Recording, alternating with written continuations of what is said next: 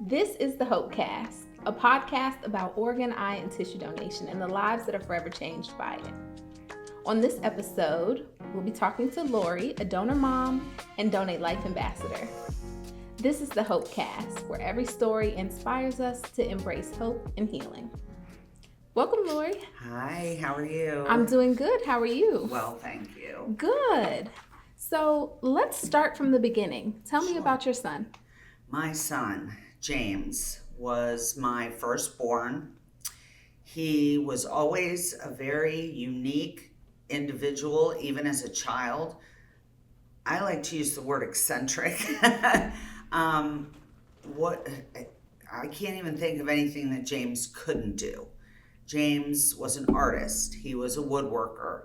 He was a mentor. He taught autistic children how to do woodworking and work, with tools. And he was an amazing artist. And he was just a wonderful son, brother, uncle. I could go on. I mean, he was just, there wasn't anybody that he met that didn't like him. And he just was very intelligent. He knew a whole lot about a lot of things. So he suffered a substantial cardiac arrest 2.5 years ago now, September 13th of 23. He was without oxygen for 30 to 45 minutes. Oh. The magic number is 6, that your brain starts to decompensate, I guess is the best word, after being without oxygen for 6 minutes. We knew he wasn't coming back, and that's when we got involved with you guys. And unfortunately, most people learn about organ, eye, and tissue donation in that moment. Was that your first time kind of understanding what that was? Yes and no. We made the decision as a family before he was officially pronounced, because we knew what we wanted. We knew what he would want. He was registered as an organ donor. So we actually started the conversation prior to him being, officially deceased. Everyone that was involved in this decision with my family, there was never an argument. It was, everybody was on the same page through the worst thing in our entire life. And his father and I actually started the conversation before they even mentioned him potentially passing away from his brain injury. And we knew that's what he would have wanted. He'd give a homeless person the rest of his lunch. If he had $2 in his pocket and somebody asked for it, he'd give it to them. So we knew that's what he would have wanted. And then we found the license, and that little heart was right on there. So we knew for sure. And so I think in that, with us making the decision days earlier, it wasn't rushed.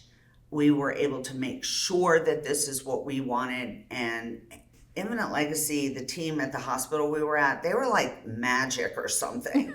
I would think of something, and my patient representative would be right next to me. It was like the whole time everyone was just right there with the right answer at the right time. Made you feel comfortable with the situation. It absolutely did, yes. Well, I'm sorry that you lost him.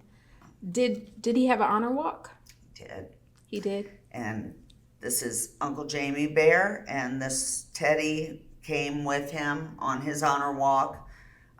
It was, what I can remember of it was the most amazing silence I have ever heard. Oh. It was, I don't know if it was just me processing it that way, but once we started down the hall and everybody was lined up and the honor walk showed you how many people, he touched when he was alive. But how many lives did he touch after when he donated? Well, technically, clinically, 4. He was able to donate his heart, liver, and both kidneys. It's not only just the 4 actual lives that he saved, but it was the wife and the grandkids and the children and the nieces and the nephews and So, yeah, he saved 4 lives.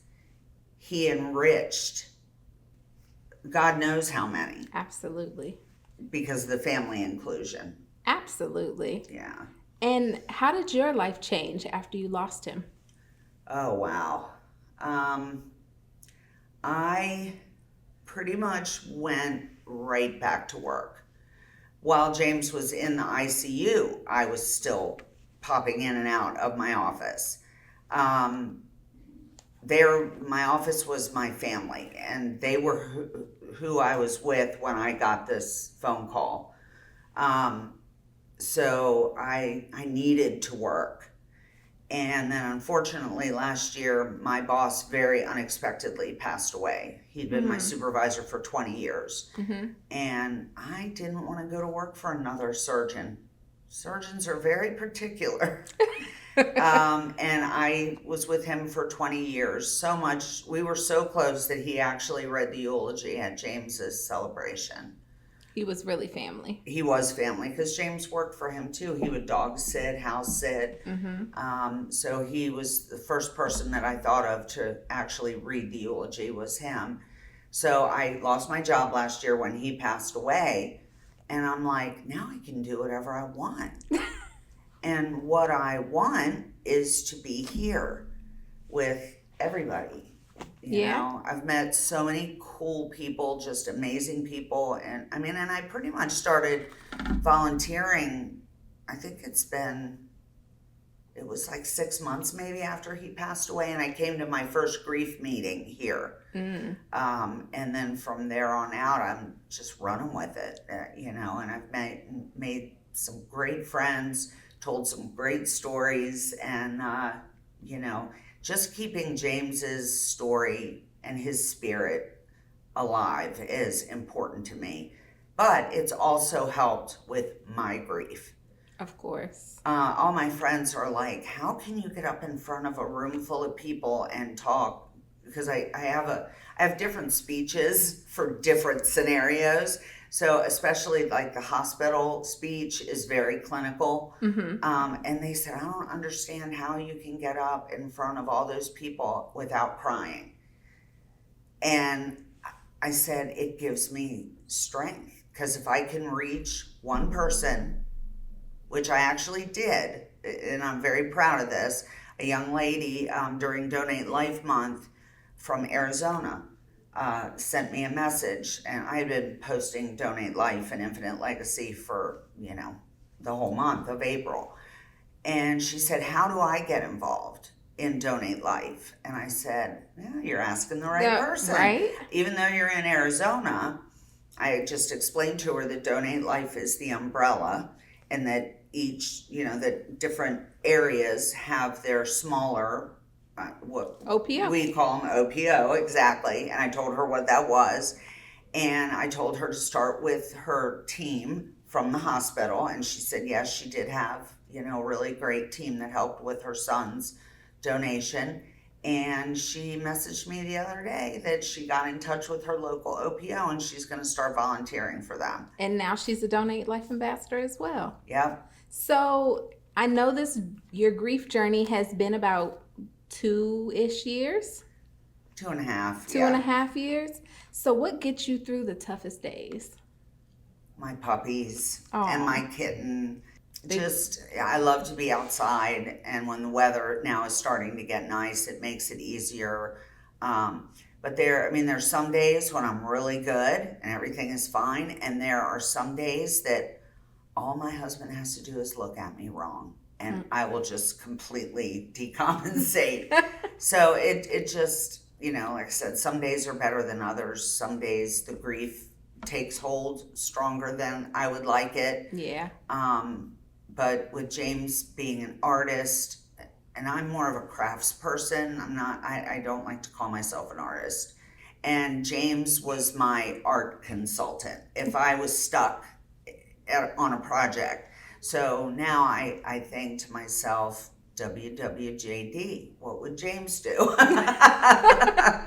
So do you have any of his art in your home and everything? Yes, when we did his celebration of life I found every piece of artwork of his that I could find. I even reached out to his friends. So his celebration of life actually showcased all of his work. An art show. Mm-hmm. Oh, that's beautiful. Yeah. So, do you make any new memories with James these days?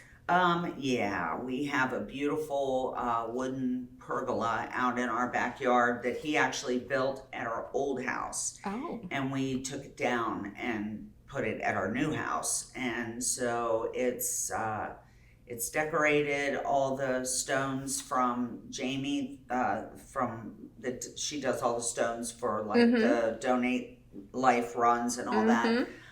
Every year that we've been at a run, I've gotten a stone. So eventually there's 4 now.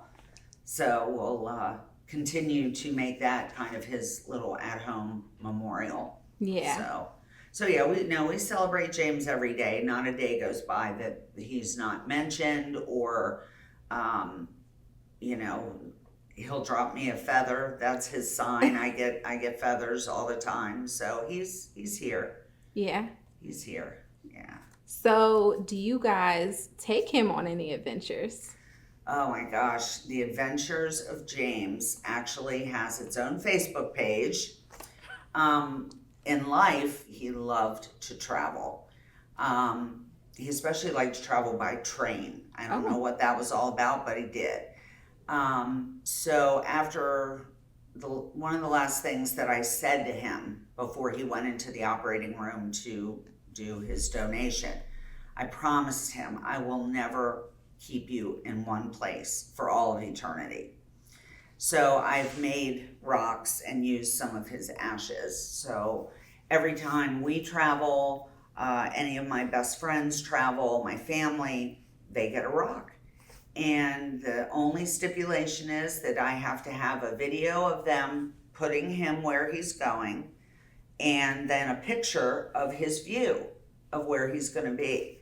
So he's making his way around the world. The furthest that he's been so far is Kathmandu, Nepal. Wow.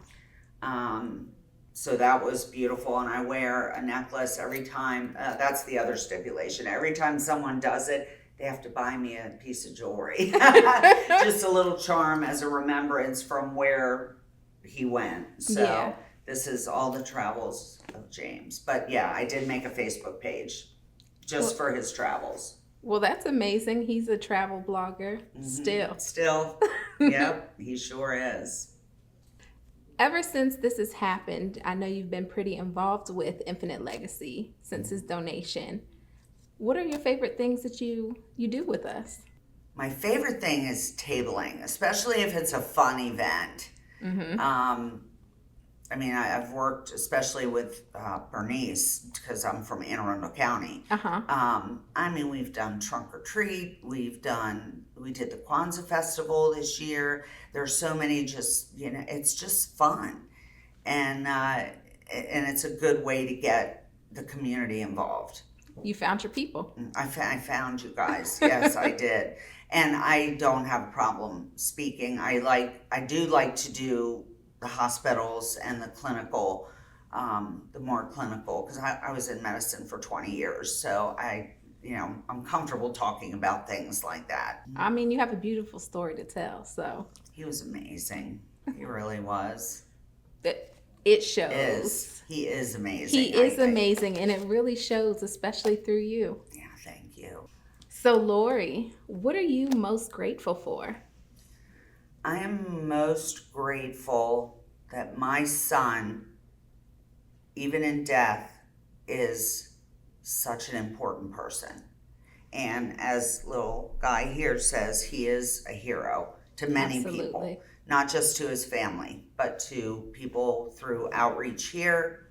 That's what I'm grateful for, is having a platform to not only keep James's memory alive, but to really inform people that organ donation, you can't beat it.